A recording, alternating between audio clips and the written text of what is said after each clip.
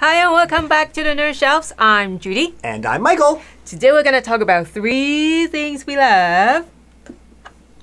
Brew! So Brew, do you want to go first? I don't know. Do I want to go first? Go ahead. Are you sure? Yes. Okay, I'll go first. Okay, so let's start with number 3.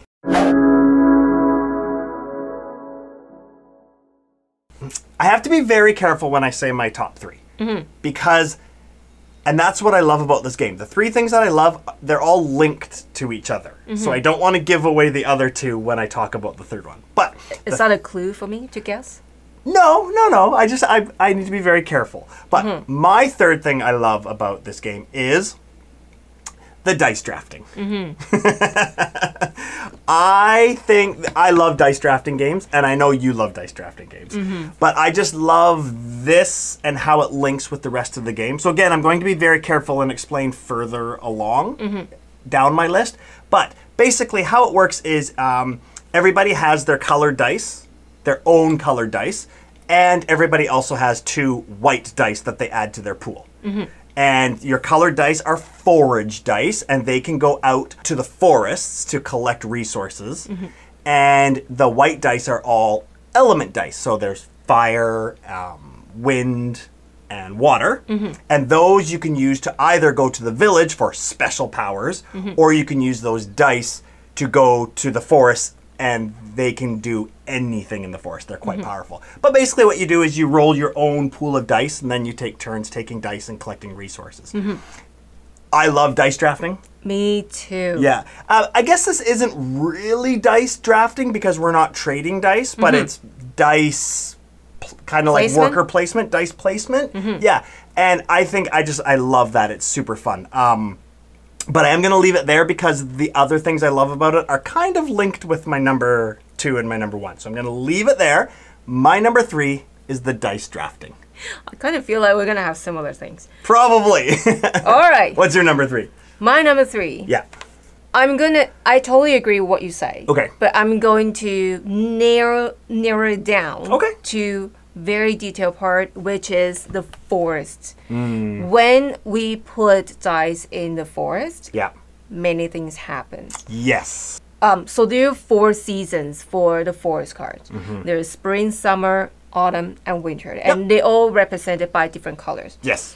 Some cards has only 1 color, so 1 season. And they matching with the creatures later on when you training and release, they kind of match, but that's later on. So that's 1 color. But some cards, they have 2 seasons shared. Yep. So we might be fighting for that card because I want the winter one, but it's shared with the summer. Yeah, that's so true. We're fighting. Yeah. Also, we have to be the player that has the most forage die on the forest to get the control and get the card. Yeah. I think that part of forest, how they set up how you play, and how you control the forest. That engine is so cool. So your number 3 is the forest, controlling the forest. Yes, yeah. but it's related to the dice. Of course. Because I really like the dice drafting. Yes, so that's my number 3. Number 3. Very cool. Should we jump right to number 2? Yeah. Number 2.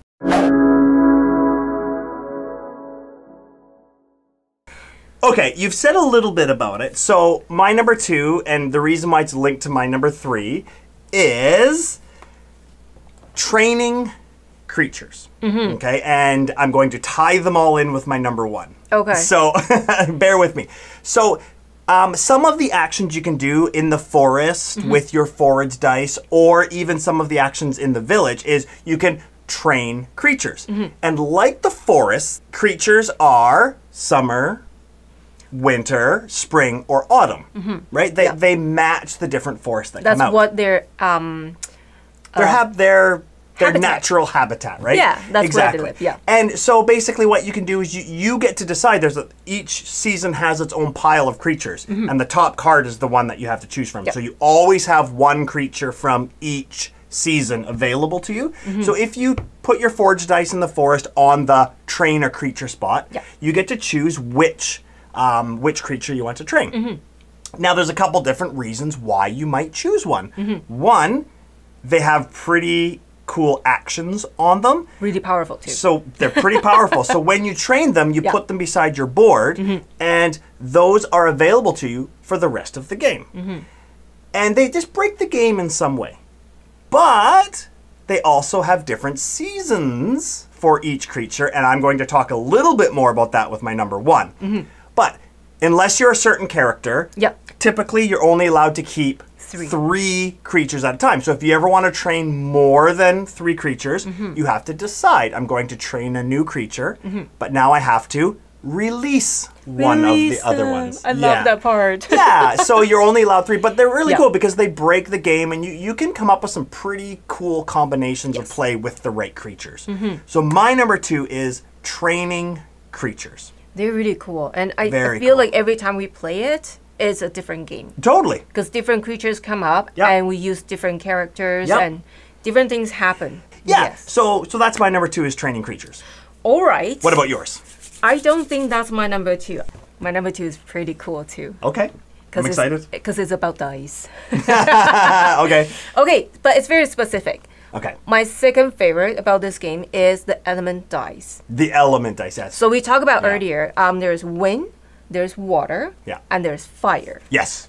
Okay, let's start from water. Okay. So when we place, we can place them on the player board, which is the village. Yep. And they have different actions, and there's only one spot for one element die. So if I put one there already, you cannot do it. That's right. Okay, but that's just, like every other game. Yeah. My favorite part is when they are placed onto the forest.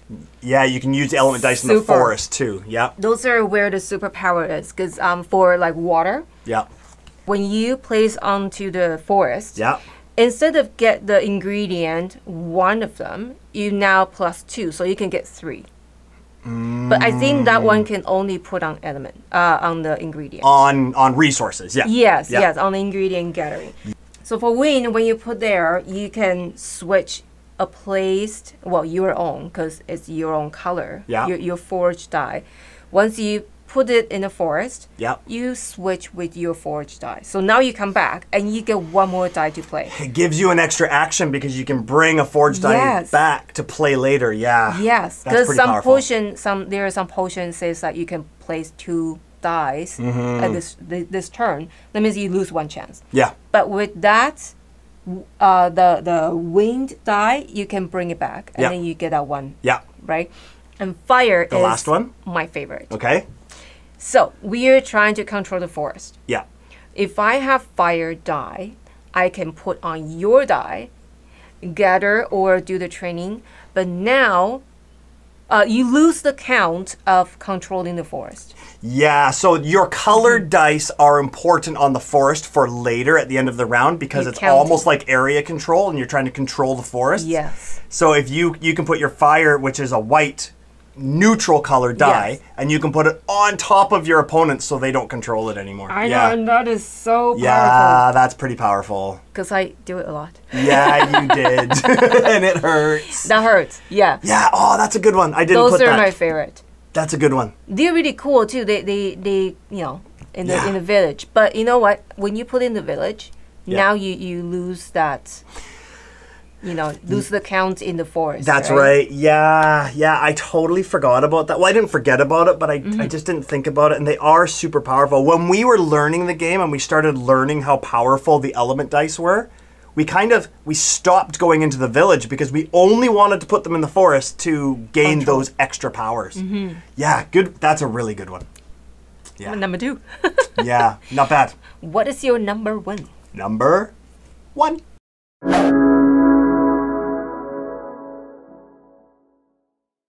Okay, my number 1, and like I said, it ties in the other 2. So my number 1 is basically almost what we just talked about, and that is the controlling the forests. That is so cool. Yeah, that is my favorite part of the game, and I'll tell you why. So throughout each round, we are placing our die either in the village or on the different forests. Yeah.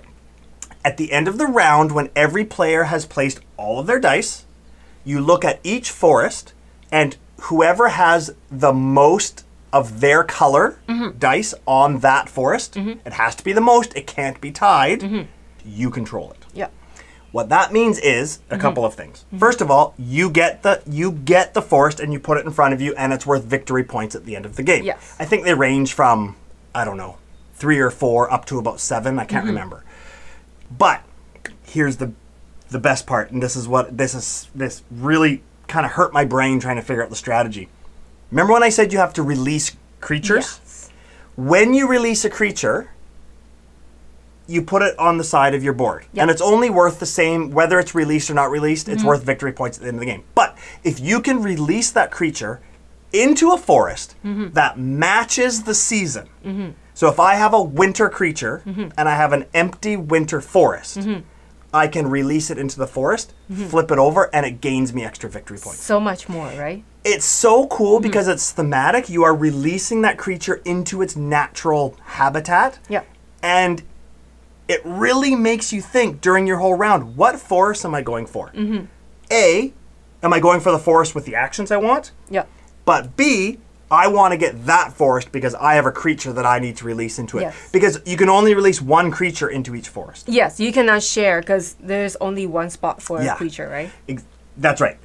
And that is exactly why my number 3, 2, and 1 all linked together, right? So it went from where do I place my dice to which creatures should I train, and then back to placing my dice to control the right forests. But then you always come along with your element dice and put them on top of mine, so I always lose my forests. Yeah. It's really fun. It is so fun. It's very well designed. Everything is tied together. Everything is tied together. Absolutely. Yes. I agree with you 100%. At one point, I almost feel like I'm looking for the creature based on what forest there is. If there's no similar the opportunity there, then I won't train that creature. Absolutely. Yeah, absolutely. They're all tied together. 100%, absolutely. So that is my number 1, but it's actually my 3, 2, and 1 kind of all tied together. Okay. So what is your number 1? My number 1 is Brew in the potion. I'm actually glad you said this because I was thinking we didn't even mention the brew part. Oh, I love that. Yeah. Okay, so far you've heard how brutal it could be. How brutal. Yeah. Now, this is brutal too because I can get potion and do a lot of cool stuff. Yeah, the potions in it are pretty cool. Yeah, and make you cry. Yes, almost made me cry, yes. So, the potions are really powerful. We can get them, but we have to pay for the resources. That means we drink them. If you don't pay them, there is, on the village, you can reveal and reserve. That is pretty mean because if I don't want him to get it, I will just do that. Yeah. And I just hold on hostage. Yeah, you can reserve the potions. As many as I want. Yeah. But if I pay for the resources, yeah, which is quite simple. It's easy to gather the resource and then pay for it. You can drink it and you can do the action. Yeah.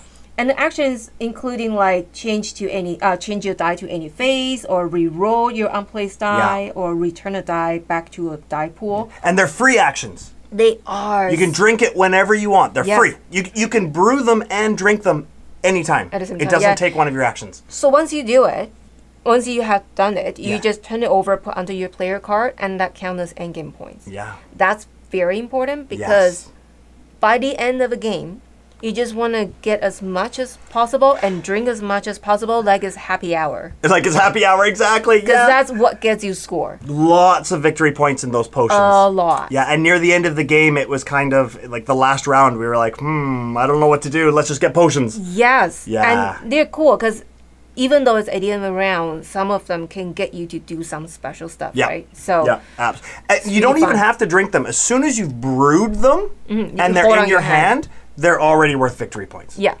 Yeah, good one.